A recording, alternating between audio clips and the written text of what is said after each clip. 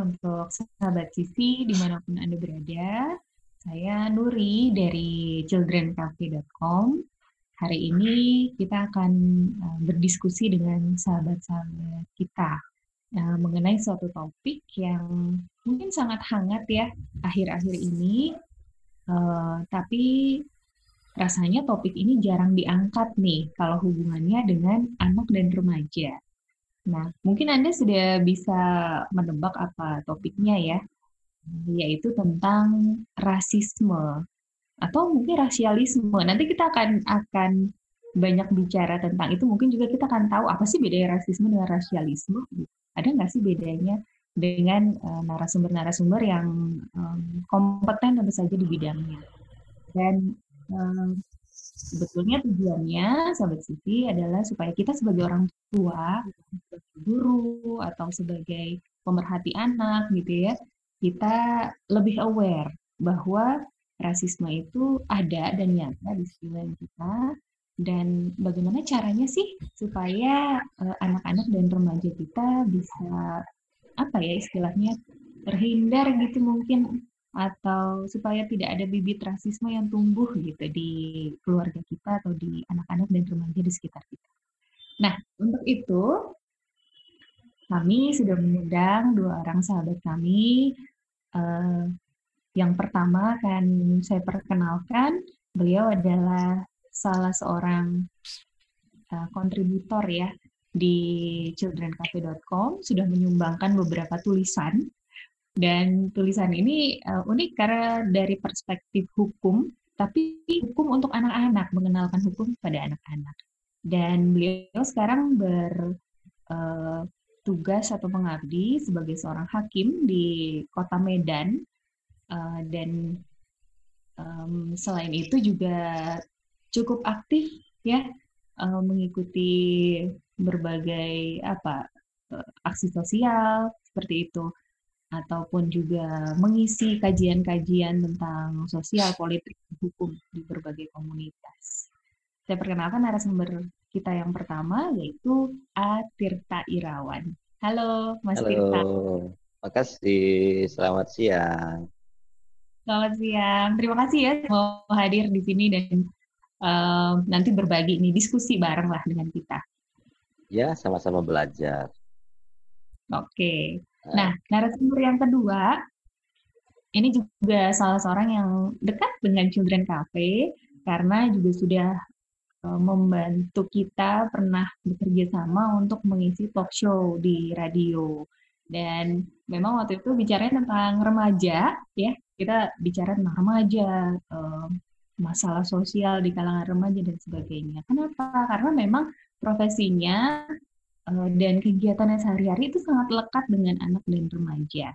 Beliau adalah seorang psikolog yang saat ini tengah bertugas di P2 TP2A Kota Bandung, dan kegiatan sehari-hari juga diisi dengan berbagai kegiatan konseling dan sebagainya. Nanti tentu saja kita bisa tanya-tanya lebih lanjut juga tentang kegiatannya apa.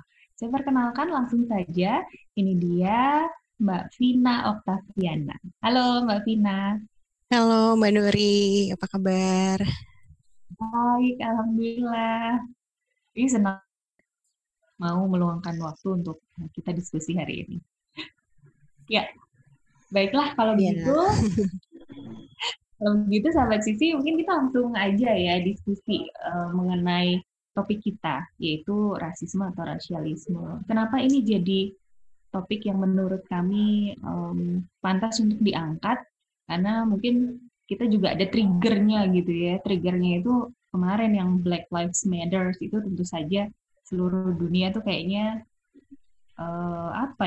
sebenarnya bukan baru sekarang kan ada peristiwa semacam itu, tapi kemarin menjadi satu trigger yang akhirnya seluruh dunia sadar bahwa rasisme itu nyata banget tuh ada di sekeliling kita, dan nggak cuma di Amerika loh, di Indonesia juga ada.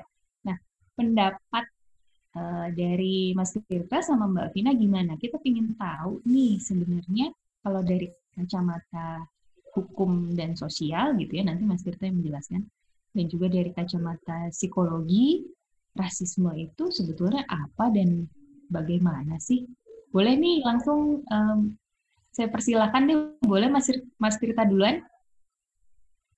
Oke, terima kasih Mbak Nuri waktunya.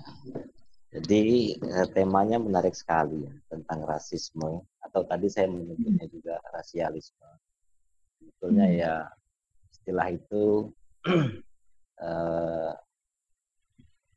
bisa dipertukarkan, tapi sekarang orang saya lihat cenderung menggunakan rasisme saja. Kalau dulu beberapa tahun yang lalu kata rasisme itu kan sebetulnya kata yang baru muncul tahun 30-an ketika Hitler menggaungkan ideologinya, itu kata rasisme baru dipakai lah secara luas. Sebelumnya rasialisme, tapi itu merujuk pada hal yang sama. Nah, kalau tadi dari sisi bilang, Children Cafe ya, bilang bahwa rasisme itu ada dan nyata, yes. Lalu sekarang adalah tugas kita atau keinginan kita bagaimana fenomena itu tidak berkembang luas dan tidak menginfeksi anak-anak kita terutama, sehingga PR kita secara sederhana adalah bagaimana kita membuat anak kita itu gak rasis, gitu kan, ngomong gampangnya. Nah, tapi untuk bisa mencapai tujuan itu, target itu secara maksimal, kita harus ngerti akar dari rasisme. Ternyata rasisme itu bukan sekedar omongan, kulit lu kok hitam, rambut lu kok lurus, mata lu kok sipit, rambut lu kok pirang. Bukan cuman itu. Fenomena rasisme itu nanti secara psikologis tentu teman-teman yang psikolog yang bisa menjabarkan itu. Tetapi secara sosial dan secara hukum, bangsa kita ini dididik secara rasis memang. Karena dulu kalau kita pernah dengar, itu di zaman Hindia Belanda, dulu penduduk Indonesia ini, Hindia Belanda ini dibagi 3 golongan berdasarkan warna kulit. Yang pertama itu golongan Eropa, termasuk Jepang loh ini. Kemudian kedua golongan timur asing, itu orang Tionghoa dan Arab, Pakistan, Bangladesh, Urdu, semua di situ. Lalu Bumi Putra. Yang pembagian ini dilakukan berdasarkan warna kulit, berdasarkan ras, kemudian juga berimplikasi pada hak-haknya, hak hukumnya, juga berimplikasi pada hak-hak politik warga negara. Jadi kalau bagi orang Eropa, orang Belanda misalnya, yaitu berlaku hukum perdata Belanda, diatur di KUH Perdata. Kemudian hukum dagang juga berlaku. Jadi hukum yang dibuat oleh orang Eropa itu hanya berlaku untuk mereka. Nah, sementara orang Tionghoa dan timur asing lainnya itu memang ada hukum tersendiri, tapi dia bisa menundukkan diri ke hukum Eropa. Lalu ada golongan Bumi Putra. Nah, pembagian 3 lapisan penduduk dalam berdasarkan suku bangsa dan rasnya ini, itu kan sejak tahun 26 namanya Indis Stadblad 1926, dia berlaku itu kira-kira pertengahan tahun 26. Itu memang membuat segregasi sosial menjadi semakin tajam di Indonesia. Kalau dulunya pembagian itu kan hanya orang Belanda dengan non Belanda, itu akhirnya dipisah lagi jadi 3. Yang itu sebetulnya akan terasa sampai sekarang. Nah, ketika Indonesia merdeka, hukum perdata Belanda itu diambil alih oleh orang Indonesia. Jadi kebayangkan bahwa hukum yang dipakai oleh orang Belanda untuk dalam tanda kutip melakukan penjajahan di Indonesia terhadap orang Indonesia, lalu hukum ini diambil alih, kita pakai semua hukum itu. Ya, tanpa kecuali gitu ya? Tanpa kecuali, karena memang dulu kita nggak bisa bikin hukum. bikin undang-undang sampai hari ini aja masih ahli-ahli berdebat sampai hari ini loh, itu masih ada sekitar 300 lebih peraturan zaman Belanda yang masih berlaku. Bayangkan itu, apalagi kalau dulu-dulu ya semakin banyak. Nah, jadi secara hukum kita itu memang dibuat dengan bias rasisme. Nah, ini juga kan bisa kita kaitkan dengan fenomena sosial. Di beberapa negara itu kita bisa lihat, Indonesia juga menerapkan hal yang sama. Jadi dulu setelah merdeka, Bung Karno berusaha membuat dua program namanya. Program akulturasi dan asimilasi budaya.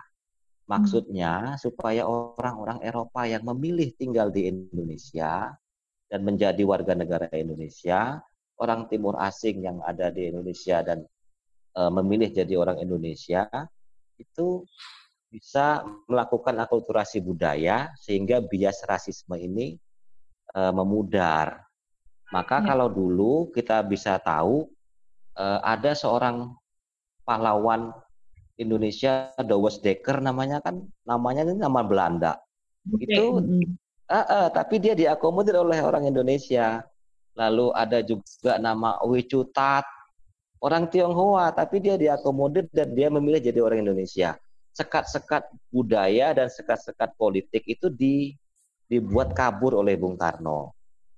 Nah, tapi ada ruginya juga. Apa akibatnya? Akibatnya percampuran budaya ini terlalu cepat kali ya gitu.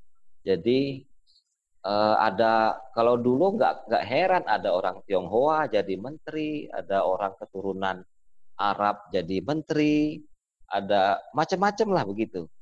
Tapi sekat rasisme saat itu memang diusahakan untuk menjadi pudar. Nah, tapi setelah itu kita juga bisa melihat sejarah Indonesia mengatakan bahwa rasisme itu dilakukan secara sistemik. Ini yang kadang-kadang meleset loh dari perhatian kita. Aku ambil contoh misalnya setelah itu satu kelompok ras nggak boleh jadi PNS, tapi kelompok ras yang lain semua jadi pedagang. Kelompok ras yang lain semua jadi tukang besi. Kelompok ras yang lain semua kalau merantau jadi tukang bubur, ya kan? Itu sistemik ya? Sistemik itu sistemik. Bukan karena stereotip yang terbentuk misalnya. Bukan, karena itu ada campur tangan negara loh di situ.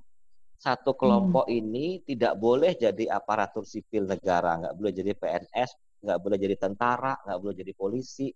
Yang lo boleh cuman jadi bankir misalnya. Ya sudah, dan itu difasilitasi jadi bankir.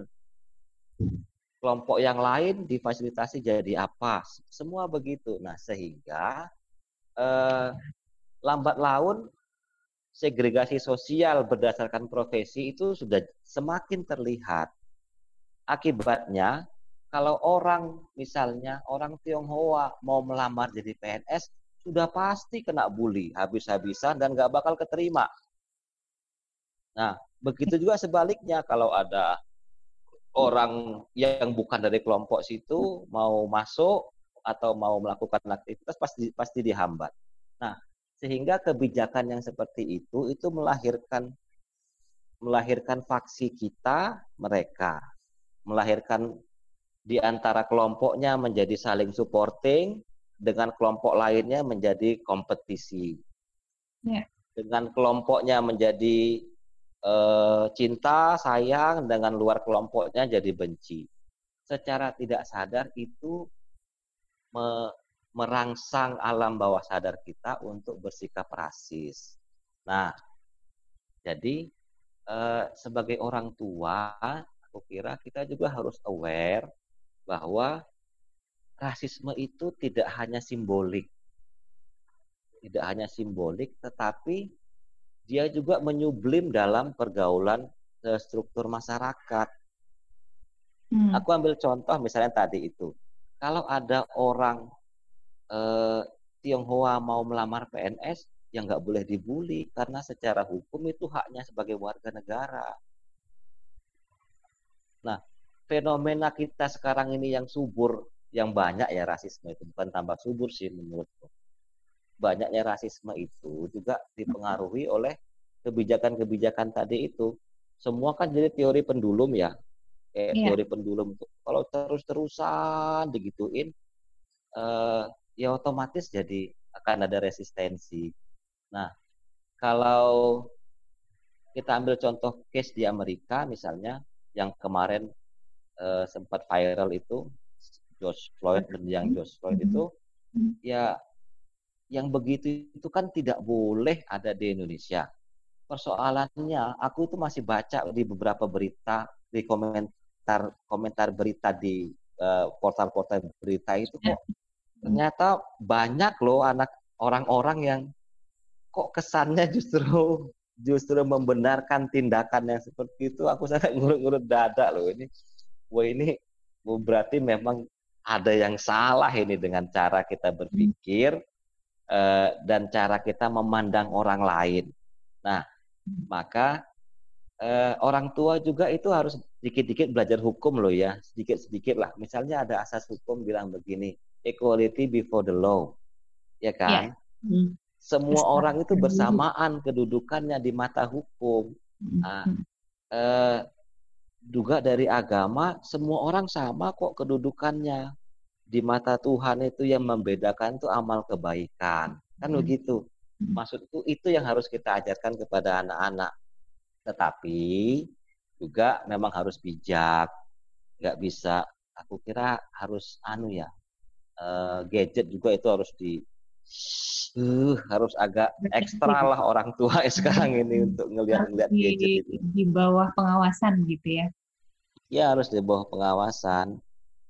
Nah artinya gini, untuk conclude-nya, menurutku rasisme itu juga punya akar di hukum dan di struktur sosial, meskipun sampai hari ini itu tidak ada delik khusus tentang rasisme. Karena rasisme itu mungkin belum jadi belum jadi tindak pidana, tapi ada asas-asas hukum yang mengatur. Apa asasnya? Tadi itu aku bilang ada equality before the law, terus tidak boleh ada orang yang dihukum karena melakukan kesalahan yang belum diatur sebelumnya. Lalu ada juga konvensi internasional, tidak boleh ada orang yang dihukum hanya karena berdasarkan warna kulit, agama, dan segala macam itu. Sebetulnya instrumen-instrumen hukumnya ada, tapi delik yang menyatakan, misalnya seperti delik pencurian gitu ya, barang siapa orang mengambil sesuatu barang yang sebagian atau seluruhnya bukan miliknya dan dipindahkan dari tempatnya, itu dipidana sebagai pencurian. Itu untuk rasisme nggak ada. Tidak ada rasisme, delik pidana rasisme. Justru karena itu dia bisa subur, tapi juga menurutku kalau tidak diatur dalam hukum pidana, belum tentu itu benar loh ya. Itu bilang sama anak-anak. Anak-anakku juga, kemarin anakku tanya, memangnya kalau rasisme itu konteksnya George Floyd waktu itu, anakku tanya, memangnya kalau kayak gitu itu dia dihukumnya karena pembunuhan atau karena rasismenya? Ya, aku bingung jawab waktu itu. Aku bilang, mau nanya. Jadi George Floyd itu seharusnya aku bilang pelakunya itu dihukum karena pembunuhan, karena membunuh satu orang itu sama dengan membunuh semua orang, sama aja membunuh orang warna kulitnya apa saja, warna rambut dan bentuk rambutnya apa saja sama. Tetapi secara moral juga ada hukuman lain. Apa itu? Hukuman terhadap tindakannya yang rasis itu. Paling begitu yang bisa. Secara moral berarti hukuman sosial ya, bisa dibilang. Hukuman sosial ya? Dan hukuman sosial ini kan kadang-kadang lebih efektif loh daripada hukum pidana gitu. Betul. Oke. Aku kira itu dulu deh yang aku sampaikan, nanti kita diskusi lagi ya. Ini jadi banyak bahan sih, tapi kita mungkin bahas lagi nanti lebih detail. Sekarang kita akan dengarkan dulu dari Mbak Vina. Kalau dari perspektif psikologi seperti apa? Kalau tadi mungkin saya simpulkan sedikit yang Mas Tirta sampaikan, bahwa rasisme itu sebenarnya bukan hanya persoalan yang muncul di diri individu. Artinya kita nggak bisa melihat rasisme itu orang rasis karena dia rasis gitu. Tapi ini adalah persoalan sistem sosial. Yang membuat dia rasis adalah karena itu tadi ya, misalnya tertanam di bawah sadar, ada kebijakan-kebijakan pemerintah yang kita tidak sadari, yang sebetulnya membuat rasisme itu sendiri bagian dari budaya gitu ya, terbentuknya seperti budaya gitu ya. Jadi secara tidak sadar. Aku tambahin sedikit deh.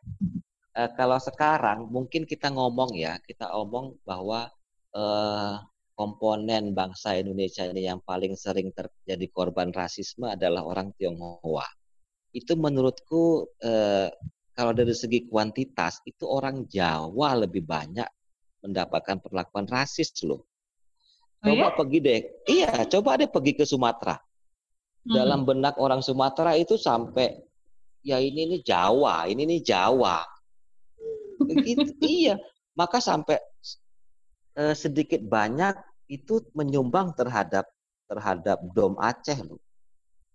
Karena memang kebijakan transmigrasi dalam hal ini ya, migrasi masyarakat itu yang mereka yang transmigrasi memang diberi fasilitas oleh negara, dikasih tanah, dikasih bibit, dikasih makan, dikasih pinjaman uang. Sementara masyarakat lokal tidak. Nah, lalu ya mereka mulai mengidentifikasikan ini kami pribumi, itu mereka pendatang, ini kami orang Aceh, orang Batak, orang Lampung, orang Melayu, itu orang Jawa. Kasus juga misalnya di Kalimantan kan begitu tuh. Sampai pertumpahan darah tahun 90-an itu. Oke, itu aja dulu. Oke, sip.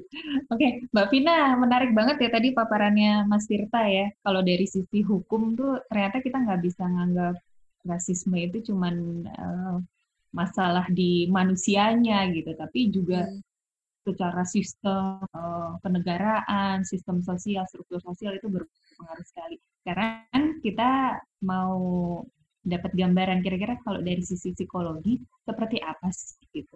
Apakah memang tumbuh dari individu, kemudian banyak individu yang rasis, akhirnya masyarakatnya jadi rasis juga, atau justru hampir sepakat tadi sebenarnya dengan yang disampaikan Mas Tirta. Silakan.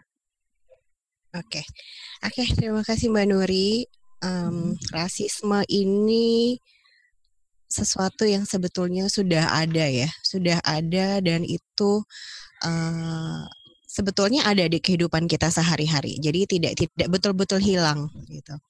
Rasisme itu kan sikap berprasangka ya dan berperilaku diskriminatif kan terhadap suku atau ras tertentu gitu. Nah, prasangka itu apa sih gitu ya? Karena kan tadi rasisme itu kan sikap berprasangkanya. Prasangka itu adalah adanya penilaian negatif terhadap kelompok atau individu dalam kelompok tertentu, gitu ya. Jadi ini ada perasaan karena adanya rasa superioritas terhadap suku atau terhadap ras tertentu di luar kelompoknya, gitu ya. Dan ini ketika ini muncul dalam bentuk perilaku itu jadinya diskriminatif. Nah, bentuk-bentuk evaluasi negatif itu tadi ya salah satunya ada stereotip gitu ya terhadap mungkin kelompok tertentu gitu. Kemudian adanya diskriminasi gitu ya, adanya perilaku negatif terhadap orang lain. Kemudian juga ada rasisme. Rasisme seperti tadi ya, adanya perilaku diskriminatif terhadap suku atau ras tertentu. Nah, apa sih yang menyebabkan sesuatu itu pasti ada sumber-sumber penyebab ya. Nah, yang menyebabkan dari rasisme itu sendiri ya, kalau ditinjau dari psikologi sosial, itu memang ada beberapa faktor yang menyebabkan. Pertama, tadi adanya ketidakseimbangan sosial. Seperti tadi contohnya ya dari Mas Tirta, suku Jawa itu mungkin dinilai cenderung lebih negatif oleh suku-suku lainnya. Gitu. Kenapa? Karena semua itu terpusatnya di Jawa ya. pusat pemerintahan, pusat pembangunan gitu ya. Akses untuk semua kemudahan informasi itu semuanya ada di Jawa. Berbeda dengan orang-orang di luar Pulau Jawa. Kemudian tadi yang disampaikan juga oleh Mas Tirta bahwa mereka orang Jawa ya karena penduduknya padat gitu ya, kemudian akhirnya diberilah kesempatan untuk melakukan transmigrasi ke daerah. Itu diberi akses lagi secara finansial, kemudian lahan untuk bisa dibangun, untuk bisa dikelola. Berbagai akses yang bisa memudahkan mereka untuk mengembangkan diri dan mengembangkan kemampuan-kemampuan lain yang dimiliki.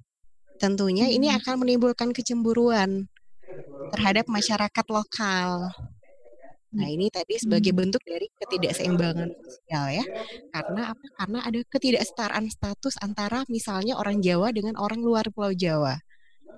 Gitu. Jadi orang lain akan menganggap bahwa orang Jawa itu lebih dinilainya lebih bagus kedudukannya dari sistem pemerintahan kita dibandingkan orang lain karena kesempatannya lebih besar. Gitu. Nah, kemudian juga sumber-sumber lainnya itu karena adanya sosialisasi. Sosialisasi ini bisa dari konformitas. Konformitas itu kita belajar terhadap perilaku sosial di masyarakat kita. Ketika masyarakat di lingkungan kita memiliki pandangan negatif terhadap suku tertentu, secara otomatis biasanya kita pun akan melakukan hal yang sama.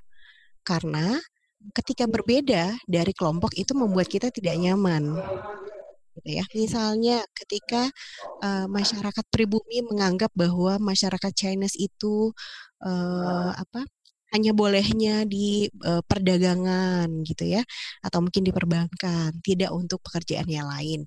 Kita pun akan menerima informasi tersebut sebagai bagian yang kita pahami, sebagai bagian yang kita yakini. Karena kalau kita menganggap bahwa enggak kok, semua orang Chinese misalnya boleh kok bekerja di sektor area lain, tidak hanya di perdagangan, biasanya itu akan menimbulkan insecure ya dari ketika kita berbeda pandangan dengan kelompok lainnya. Gitu. Kemudian juga sosialisasi itu juga bisa dari agama. Kenapa? Sebetulnya setiap agama mengajarkan hal yang baik ya. Agama itu kan punya tujuan-tujuan yang baik dengan cara-cara yang baik. Tapi kalau berada di tangan orang yang wawasannya sempit, apakah oleh pemuka agamanya atau pengikut agamanya, nah itu akan sangat menyuburkan munculnya prejudice terhadap agama lain. Sebagai contoh ya, ada beberapa gerakan lah ya yang diinisiasi oleh agama yang akhirnya melakukan diskriminasi terhadap agama lainnya gitu. Padahal sebetulnya agama tidak mengajarkan seperti itu gitu. Nah, kemudian faktor yang ketiga ini juga berkaitan erat dengan apa yang disampaikan oleh Mas Tirta tadi. Itu karena apa? Karena ini ada campur tangan dari lembaga, dari institusi yang membentuk rasisme ini di masyarakatnya. Seperti apa? Seperti tadi hukum-hukum kita adopsi sepenuhnya dari Belanda gitu ya. Padahal secara akar budaya kita berbeda dari Belanda. Otomatis ada banyak penyesuaian sepertinya yang perlu dilakukan lagi gitu ya. Jadi ada banyak hukum-hukum yang mungkin tidak mengcover kebutuhan atau hak dari setiap warga negara yang ada di Indonesia gitu. Kemudian juga peranan media massa itu juga akan sangat mempengaruhi dalam membentuk perilaku rasisme ini. Gitu. Jadi biasanya karena adanya perasaan superioritas terhadap ras atau suku lain, ini akan sangat menimbulkan potensi ya gitu untuk muncul dalam perilaku diskriminasi terhadap orang lain, khususnya terhadap suku lain. Seperti itu. Kemudian juga rasisme itu ada yang terbuka sifatnya dan ada yang tertutup. Terbuka itu biasanya hasil interaksi nih antara individu atau kelompok yang sudah melahirkan tindak kekerasan. Gitu ya, baik itu secara psikologis maupun secara fisik. gitu. Jadi sudah muncul dalam bentuk perilaku gitu ya, seperti kerusuhan yang terjadi di Manokwari beberapa waktu yang lalu, atau kerusuhan di Surabaya ya, atau di Malang Jawa Timur terhadap mahasiswa dari Papua. Nah, itu merupakan bentuk rasisme yang terbuka. Nah, rasisme tertutup itu biasanya muncul dari pola masyarakat yang berkembang. Itu tuh dalam bentuk norma, dalam bentuk keyakinan, gitu ya, sesuatu yang memang sudah menjadi nilai-nilai dalam masyarakat tertentu. Nah, ini biasanya lebih sulit nih untuk dideteksi karena kan tidak terlihat ya dalam bentuk perilakunya. Ya, betul. Misalnya suku A tidak boleh menikah dengan suku B, gitu. Karena ada faktor-faktor tertentu. Nah, itu bisa dikatakan sebagai rasisme yang tertutup. Oh, oke. Ya, jadi memang sebetulnya kalau dari kajian psikologi sosial itu ternyata hampir ini ya, hampir sejalan gitu ya dengan yang tadi disampaikan kajian hukum dan sosial kemasyarakatan gitu. Ternyata memang sistem dan struktur sosial itu sangat berpengaruh terhadap apakah seseorang itu akan menjadi rasis atau enggak gitu ya Mbak Vina ya? Iya, betul sekali Mbak Nuri. Seperti tadi ada pertanyaan juga bahwa apakah sebetulnya rasisme itu munculnya dari individu dulu atau dari masyarakat dulu, gitu kan? Gitu, karena kita suka bingung ya. Nah, sebetulnya kalau dari pandangan psikologi sosial itu semua munculnya dari hasil interaksi dengan masyarakat. Karena sebagai individu kita pada dasarnya tidak punya penilaian-penilaian tertentu kalau tidak ada hasil belajar dari lingkungan ya, dari lingkungan sekitar, lingkungan sekolah, lingkungan rumah gitu. Nah, nilai-nilai itu yang kita serap dan akhirnya menjadikan kita bagian dari masyarakat yang punya nilai-nilai yang sama. Jadi merupakan hasil belajar ya, proses belajar. Iya, iya saya jadi ingat juga teori belajar sosial ya yang memang lekat banget sama anak-anak kan. Bagaimanapun juga kalau kita tidak ingin anak kita ada potensi ini berisik banget maaf ya, ada potensi rasisme yang tumbuh, maka kita harus pastikan di sekeliling anak itu memang tidak ada faktor-faktor yang bisa menumbuhkan. Tapi apakah ini berarti tugas kita sebagai orang tua itu sangat berat ya Mbak Vina? Karena kan kalau sistemnya sudah seperti itu, lalu bagaimana cara kita untuk bisa mencegah pada anak-anak kita sendiri? Iya, kalau dikatakan berat, pastinya berat banget ya tugas sebagai orang tua. Kenapa? Karena rumah itu kan institusi pertama anak itu belajar. Sebelum anak kenal dengan orang lain, orang tuanya dulu nih yang jadi modelnya, yang jadi pengajarnya. Jadi ketika sebagai orang tua misalnya kita tidak menanamkan nilai-nilai yang baik gitu ya, atau tidak mengajarkan tentang aturan, tentang norma-norma yang harusnya dia ikuti, nah tentunya akan membuat dia belajar keluar bahwa oh tidak ada sesuatu yang tidak ada aturan yang perlu saya ikuti karena di rumah saya nggak ada aturan, misalnya seperti itu. Gitu. Jadi memang jadi fondasi utama dari setiap anak ataupun setiap individu untuk berperilaku nanti di luar rumahnya. Gitu. Jadi ya kalau memang ingin punya anak yang tidak rasis, kita sendiri sebagai orang tua ya harus tidak rasis dulu. Iya betul. Jadi sepakat. Berarti memang contoh gitu. Pada akhirnya memang memberikan contoh itu yang utama gitu ya. Iya. Iya.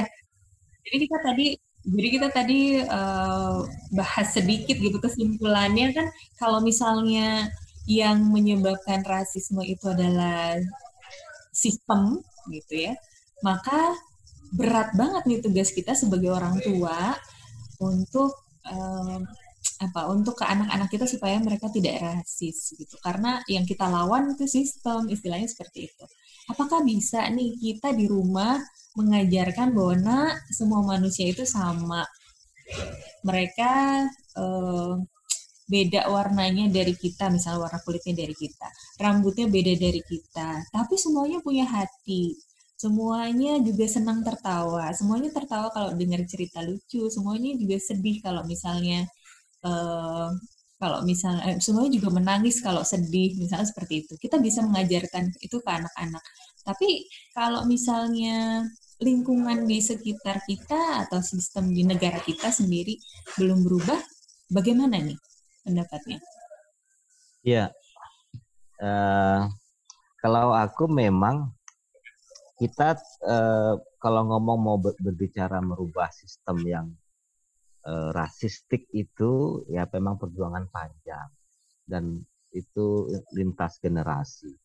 Tapi ada beberapa hal yang bisa dilakukan oleh orang tua sebetulnya untuk menghambat penetrasi rasisme itu bagi anak-anak. Yang pertama dari kejadian-kejadian kecil, ya kan? Jadi kejadian-kejadian kecil itu orang tua memang harus aware. Memang jadi orang tua itu tugas berat loh ya. Saya punya 4 orang anak, ternyata aduh luar biasa beratnya.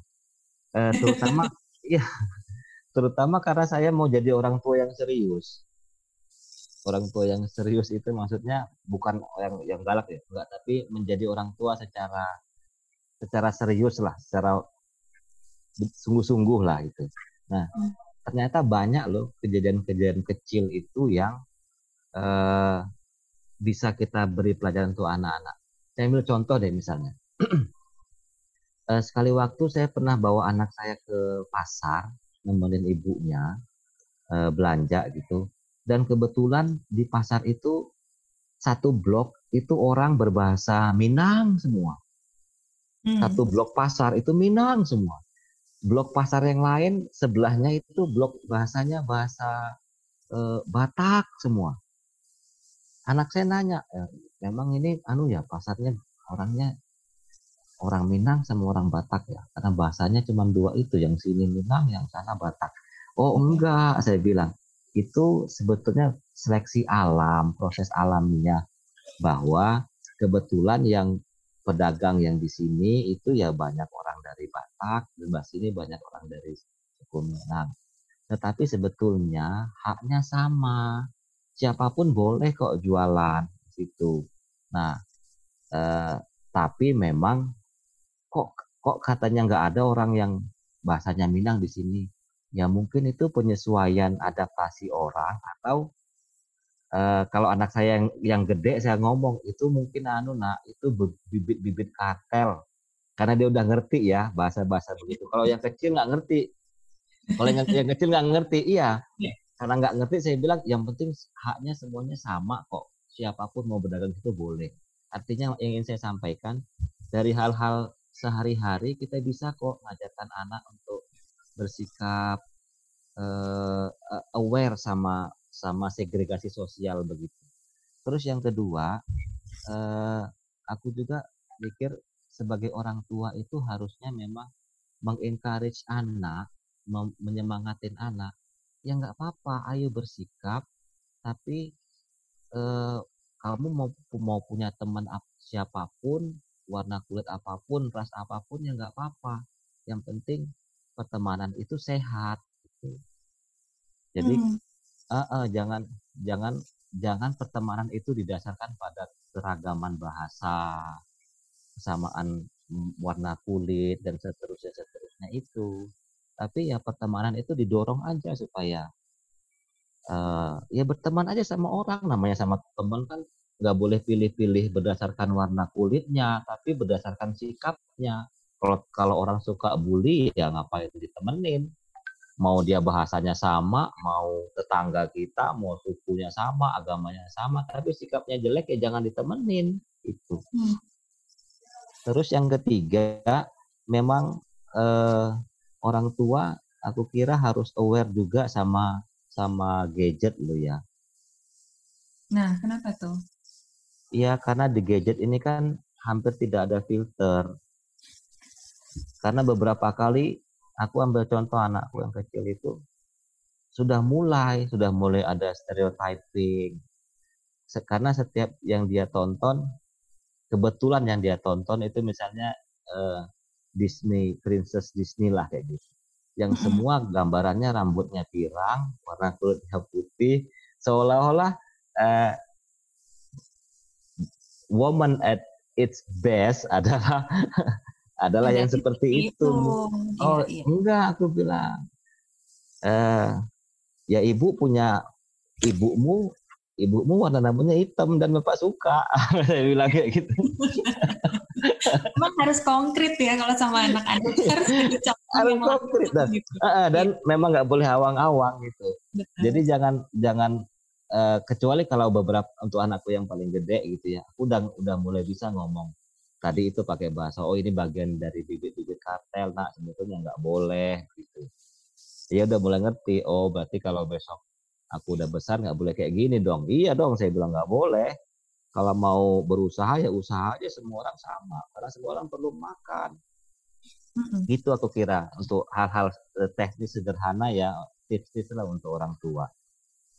Ya, yang sangat mudah sebetulnya diterapkan dalam kehidupan kita sehari-hari. Cuman mungkin kitanya aja yang harus aware bahwa momen ini tuh sebetulnya bisa nih waktunya kita untuk mengajarkan tentang kesetaraan sama manusia gitu ya. Momen yang seperti itu. Kalau Mbak Vina gimana? Saya sebenarnya tertarik dengan pembahasan sedikit tentang stereotype gitu. Stereotype ini kan terbentuknya nggak otomatis gitu ya, tapi dari pengalaman individu atau observasi individu terhadap suatu kelompok tertentu gitu. Jadi misalnya dia melihat memang dari 50, katakanlah dari 50 orang suku A yang dia kenal, ternyata 45 melakukan A gitu. Nah berarti terbentuk tuh stereotip bahwa suku A tuh seperti ini loh orangnya, misalnya seperti itu. Benar nggak sih? Dan artinya saya pengen mendiskusikan terbentuknya stereotip itu sebenarnya nggak salah, tapi yang salah adalah memandang bahwa suku A itu lebih rendah daripada suku saya. Karena suku A seperti itu, maka saya mendiskriminasikan dia gitu. Maka saya melabeli dia berbeda dan saya nggak suka, dan akhirnya saya memperlakukan dia dengan cara yang buruk. Seperti itu nggak sih, Vina? Ya, stereotip itu memang bagian ya, Mbak Nuri, dari tadi adanya prejudice ya, adanya prasangka. Stereotip sendiri itu adanya kepercayaan atau atribusi personal dari sekelompok orang terhadap kelompok tertentu gitu. Jadi seringkali memang ada generalisasi atau pukul rata nih ya terhadap pandangan terhadap kelompok tertentu gitu. Misalnya orang keturunan Tionghoa itu sudah pasti pelit gitu ya. Atau misalnya suku Minang juga sering sama dikatakan seperti itu, terlalu perhitungan dalam soal uang atau lain-lain. Atau misalnya orang Makassar itu sudah pasti keras, kasar gitu ya. Padahal ketika dilihat lagi mungkin tidak semuanya seperti itu. Gitu. Tapi biasanya itu juga terjadi karena dilihat dari ada beberapa orang dari kelompok suku tertentu menunjukkan perilaku yang dinilai oleh masyarakat, dan itu akhirnya membuat masyarakat mengeneralisasi bahwa semua orang dari suku tersebut memiliki karakteristik yang sama. Padahal sebetulnya dalam psikologi kita tidak percaya terhadap itu. Kita akan kembali lagi bahwa setiap individu itu punya perbedaan gitu ya. Nah, orang berperilaku tertentu itu banyak faktor yang menyebabkan. Bisa dari pola asuh, dari keluarganya, bisa dari nilai-nilai pribadi yang dia miliki, bisa dari pendidikan yang dia peroleh. Itu sangat mempengaruhi terhadap perilaku seseorang. Stereotip ataupun prasangka ataupun rasisme ini sebetulnya tidak membutuhkan pemikiran yang mendalam. Jadi memang seperti hasil quick judgment ya. gitu terhadap satu situasi atau satu lingkungan tertentu. Gitu. Berarti bisa dikatakan bahwa kalau kita misalnya masih nih, kalau kita sebagai orang dewasa ya, masih punya quick judgment itu tadi, misalnya kenal dengan orang baru, terus asalnya dari mana? Oh, saya dari Jogja, misalnya gitu. Terus kita oh pasti orangnya lemah lembut gitu. Itu berarti kita termasuk rasis nih. Pengen coba ini ya, kita tuh dibilang rasis apakah kalau serta-merta begitu, atau kalau gitu sudah melakukan sesuatu yang buruk terhadap kelompok lain. Sebenarnya quick judgment itu tidak selalu negatif ya. Kadang itu memberikan kita informasi terhadap apa yang harus saya lakukan terhadap informasi yang diberikan oleh orang ini gitu. Kalau saya tidak selalu memandang itu sebagai sesuatu yang negatif gitu, tapi bisa jadi bahan untuk kita melakukan komunikasi lagi dengan lawan bicara tersebut gitu. Itu itu menurut saya itu bisa jadi bahan saja gitu untuk bisa mengungkapkan bahan-bahan lain yang bisa dikembangkan dalam komunikasinya gitu. Itu mungkin sulit dihilangkan ya karena itu proses yang cepat sekali ya di otak gitu kan, dan ya udah tiba-tiba akan muncul dalam bentuk perilaku yang spontan gitu. Oh gitu. Orang Jogja, pasti lembut ya gitu. Oh pasti suka manis ya gitu. Kadang ada orang yang memang tidak bisa mengontrol untuk langsung memberikan respon terhadap penilaian yang muncul dari dalam dirinya. Kalau aku sih yang namanya stereotyping dan labeling. Tapi aku bukan orang psikologi ya, jadi aku awam lah. Menurutku stereotyping dan labeling itu simptom dari rasisme. Bukan rasisme ya, tapi simptom dari rasisme. Kenapa? Karena kalau orang sudah ngomong kelompok A ini, ras ini begini, ras B begini, itu lama-lama akan terjadi penguatan identitas itu loh, identitas rasial yang lambat laun kemudian bisa jatuh ke rasisme yang menyatakan bahwa ras itu ras kurang bagus, ras yang jelek. Dan itu kan sebetulnya nampak dari seberapa banyak sih mereka mau berinteraksi dengan kelompok itu.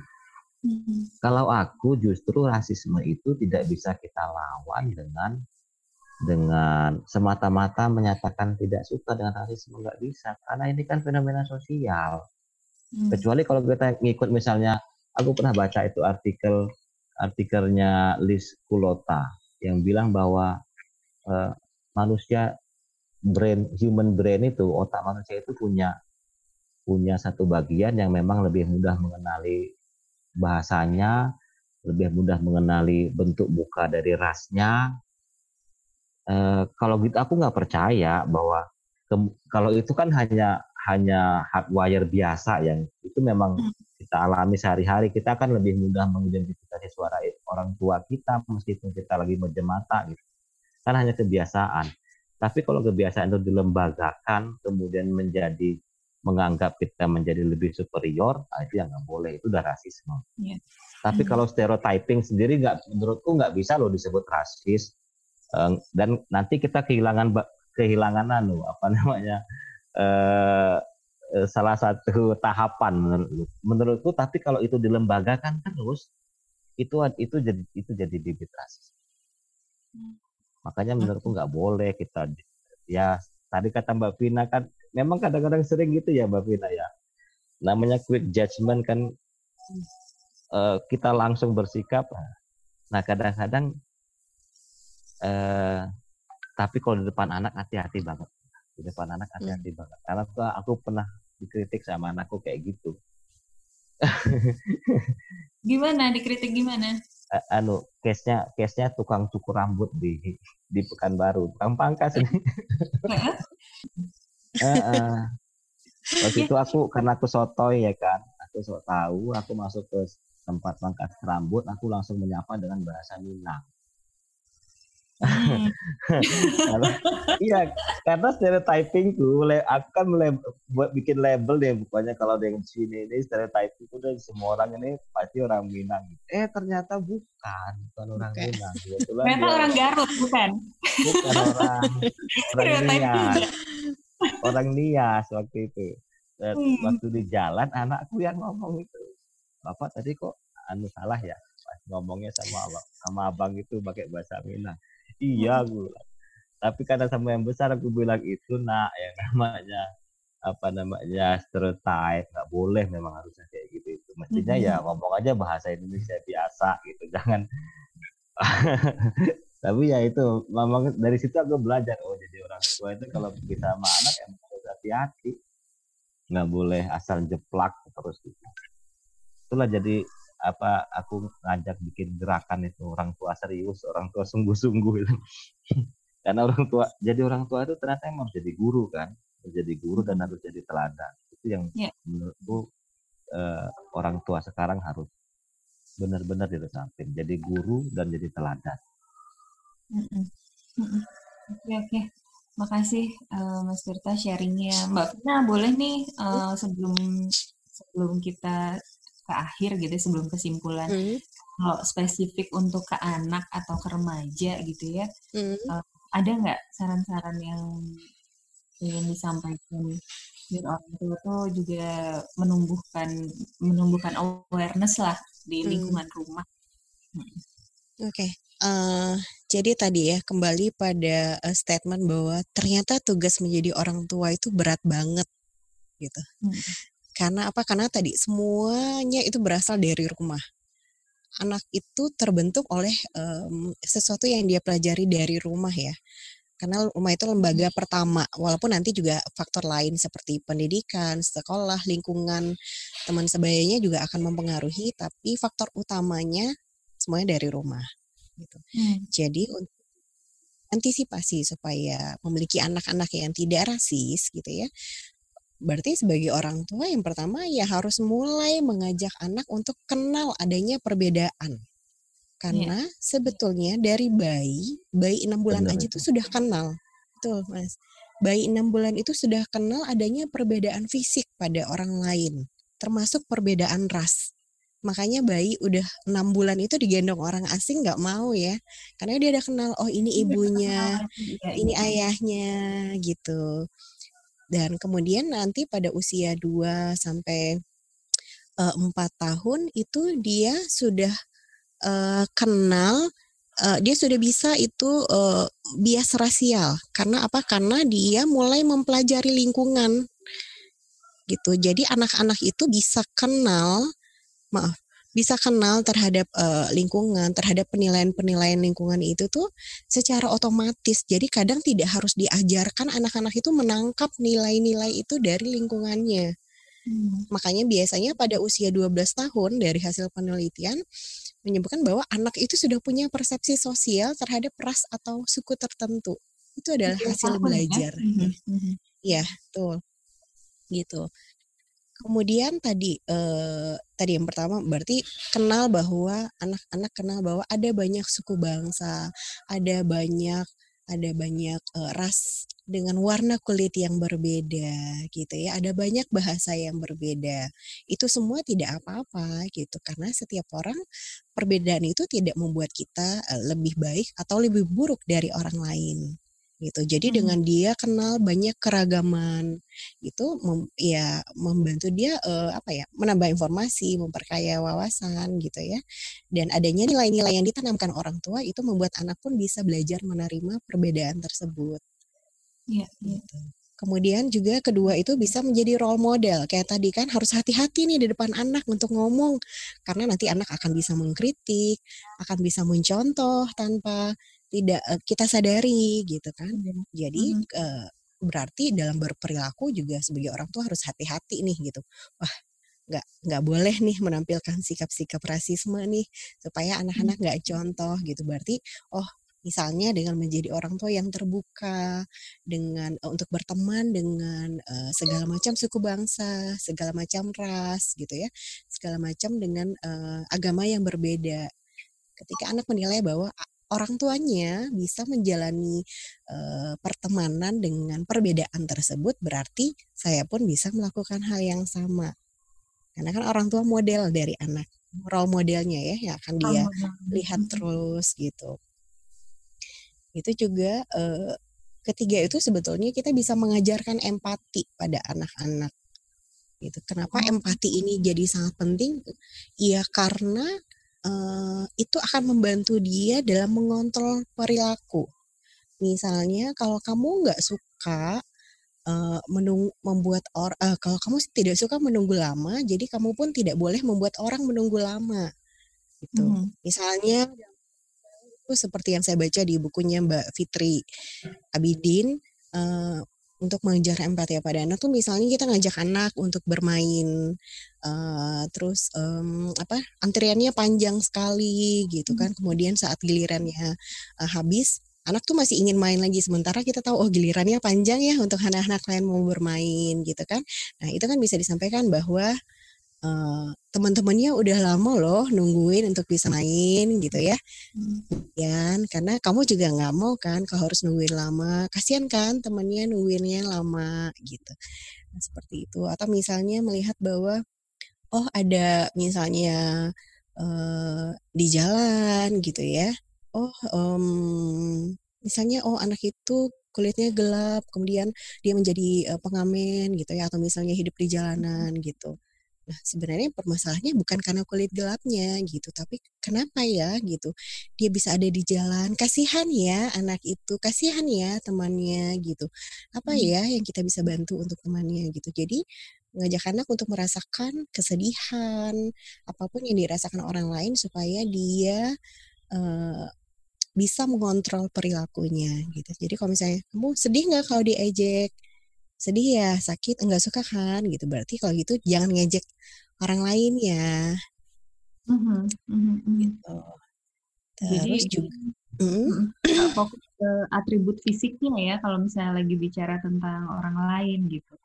Tapi justru dan dialihkan itu Mbak. Ini aku tangkap juga dari Mbak Vina itu, kalau kita melihat mulai stereotyping kayak gitu, itu dialihkan aja ya, jangan lu omongin, lu bantu gitu, ajakin anak untuk membantu, jangan melakukan judgement saja terhadap apalagi warna kulit, warna rambut, apa segala macam, jangan di judgement. Kalau dia kurang ya apa yang bisa kita bantu gitu, yang penting tuh, jangan cuma diomongin doang ya Mbak Vina ya. Iya betul. Betul sekali. Silakan lanjutkan Mbak Vina.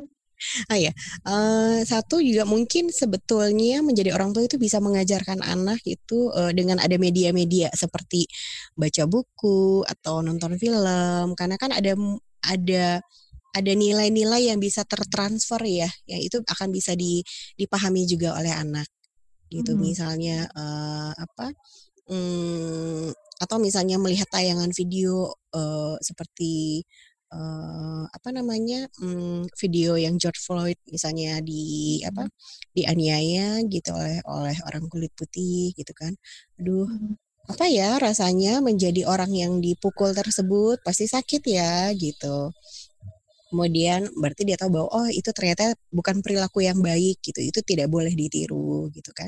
Dan sebetulnya ada banyak buku-buku yang memang bisa mengajarkan anak tentang perbedaan, mengajarkan anak untuk menghargai perbedaan gitu, bisa mengajarkan anak untuk bisa empati terhadap kondisi orang lain gitu. Jadi supaya dia tidak peluang dia untuk melakukan rasisme terhadap orang lain itu juga menjadi lebih kecil. Iya. Betul. Ada lagi? Sama kalau sebagai kalau menurut saya juga sebetulnya tadi berkaitan dengan empati itu melakukan perspective taking ya. Kayak tadi perspective taking itu mengajak kita melihat dari sudut pandang orang lain gitu. Seperti tadi, kita melihat anak untuk mengajak anak untuk melihat sudut pandang dari teman-temannya yang ngantri lama untuk main gitu. Sementara anak kita masih pengen lagi main gitu kan.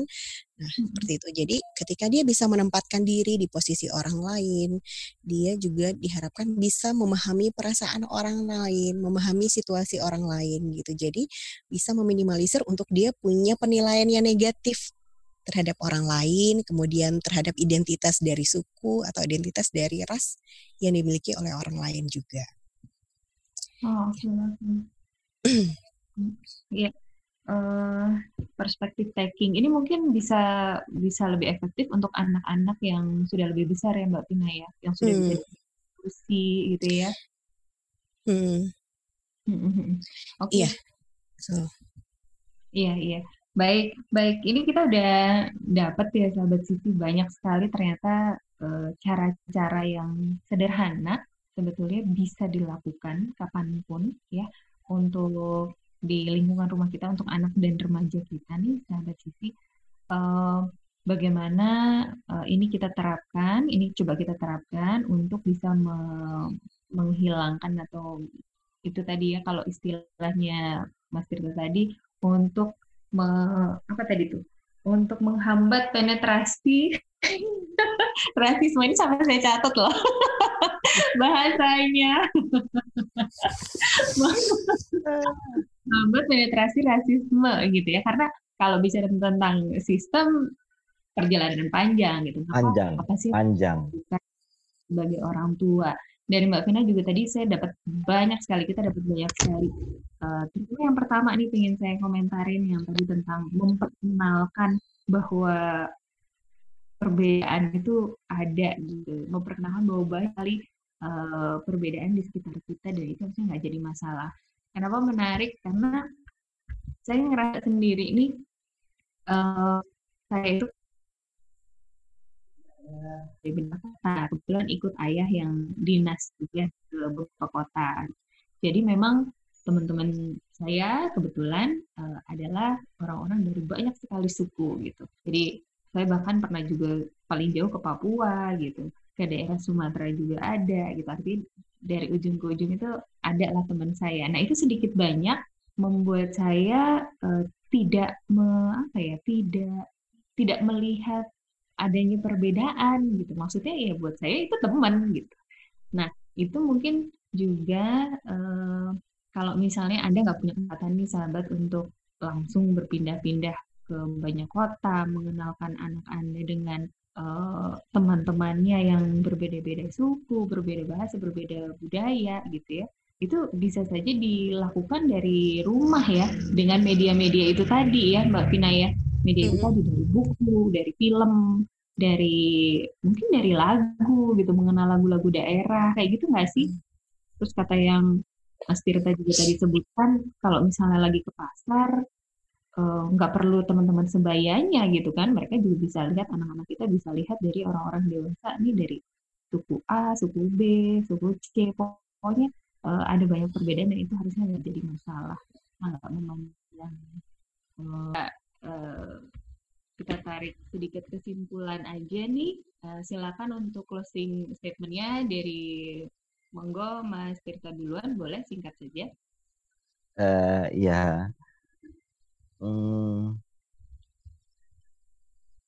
Pertama, masa depan anak-anak kita dan masa depan bangsa kita itu tergantung pada kesungguhan orang tua dalam mendidik yang pertama. Jadi sesibuk apapun orang tua, secapek apapun, ketika ada waktu dengan anak, bagusnya memang dimanfaatkan secara sungguh-sungguh jadi orang tua.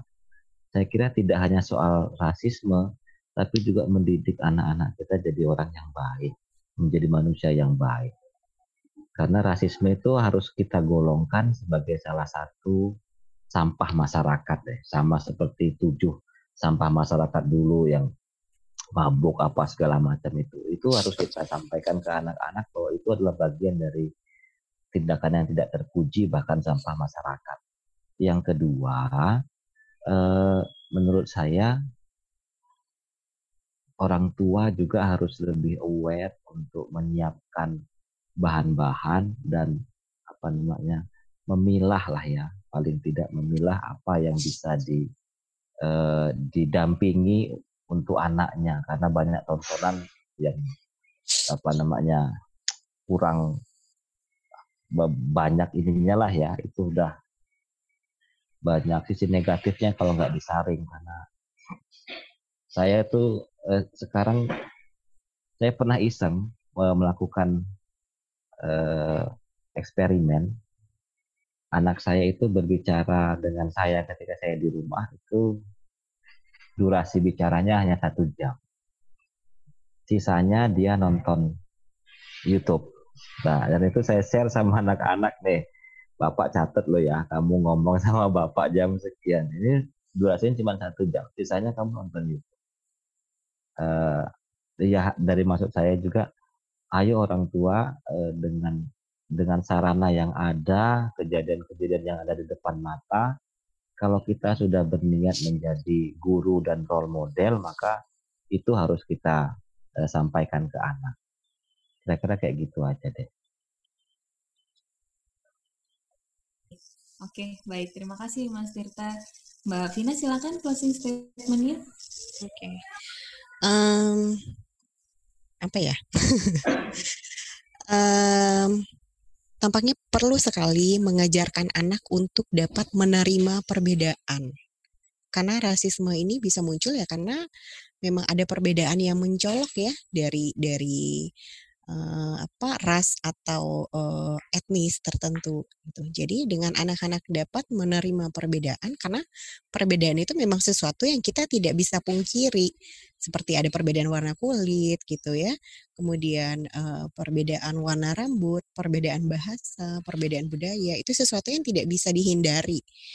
Nah, tapi dengan mengajak anak untuk menerima perbedaan, akan dapat meminimalisir tadi penilaian negatif terhadap orang lain, penilaian negatif terhadap suku atau ras lain, karena dia memahami bahwa walaupun berbeda secara fisik, tapi punya hak yang sama tadi sebagai individu ataupun sebagai warga negara. Kemudian dengan adanya dia bisa memiliki empati terhadap orang lain, itu juga dapat mengontrol perilaku anak untuk meminimalisir perilaku-perilaku negatif yang akan dia munculkan terhadap orang lain yang berbeda ras ataupun suku bangsa. Sementara makasih dulu ya buat Vina, buat Tirta. Terima kasih atas pencerahannya nih siang ini. Mudah-mudahan siang sampai sore ini nih, mudah-mudahan aja kita bisa belajar banyak hari ini dan pulang. Saya belajar banyak. Iya, sama. Terima kasih Mbak Vina ya. Terima kasih juga Mas, banyak sekali belajarnya. Dan ini sebenarnya masih kurang banyak belajarnya ya.